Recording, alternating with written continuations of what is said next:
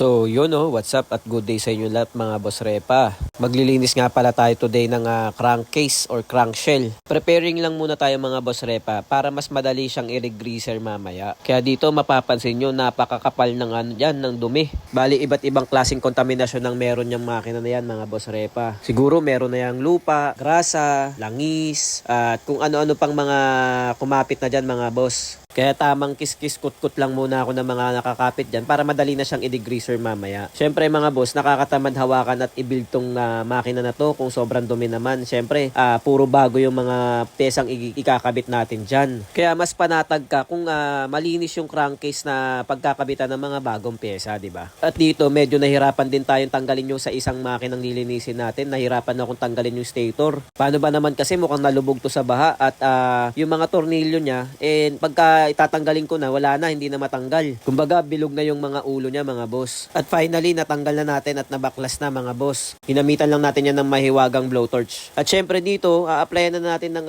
SBK All-Purpose Degreaser, yung napakaduming crankcase na yan, mga bossing at mga karepa. Kaya dito, mapapansin nyo, naglagay lang ako sa mangkok ng sapat na dami ng degreaser natin, mga boss repa. Tapos, i-apply ko yan ng step by step. Hindi ko lang alam kung nakailang ako dyan, mga boss, yung tawag dyan, patong or pahid or apply ng ating degreaser, pero ang ending naman maganda rin naman ang kinalabasan ng top malinis. Bali hindi ko na masyadong dinetail yung paglilinis niyan kasi hindi naman na yan kasama. Dahil ang pinaka main purpose ko lang dito kung bakit ko nililinis yung shell natin para kapag i-rebuild or ibubuuin ko na yung makina natin, malinis siyang hawakan at hindi magkakaroon ng cross contamination ng mga dumi na magsasani or magkokos ng wear and tear. Sa mga gusto palang mag-avail ng SBK All-Purpose Degreaser sa may mga shop dyan at sa mga pampersonal, napakamura at napaka-effective din ng ating all-purpose degreaser. Kaya PM lang kayo mga boss repa kung gusto nyong mag-avail. Hindi lang to pang personal usage mga boss, pwede nyo rin gawing pambenta to or pang business, pang negosyo. Kasi mabenta naman talaga yan mga bossing, lalo na sa mga motor shop. At kagandahan nga rito mga boss, hindi lang to pang motor, pwede rin to pang sasakyan at sa mga iba't iba pang pwede nyong i-degreaser. Direct PM lang kayo mga bossing or DM pagka gusto nyo mag-avail or mag-comment kayo sa mga videos natin regarding sa all-purpose degreaser natin para re-replyan ko kayo or PPM ko kayo personally. Kaya dito mga boss repa, patapos na yung crankshell na yan na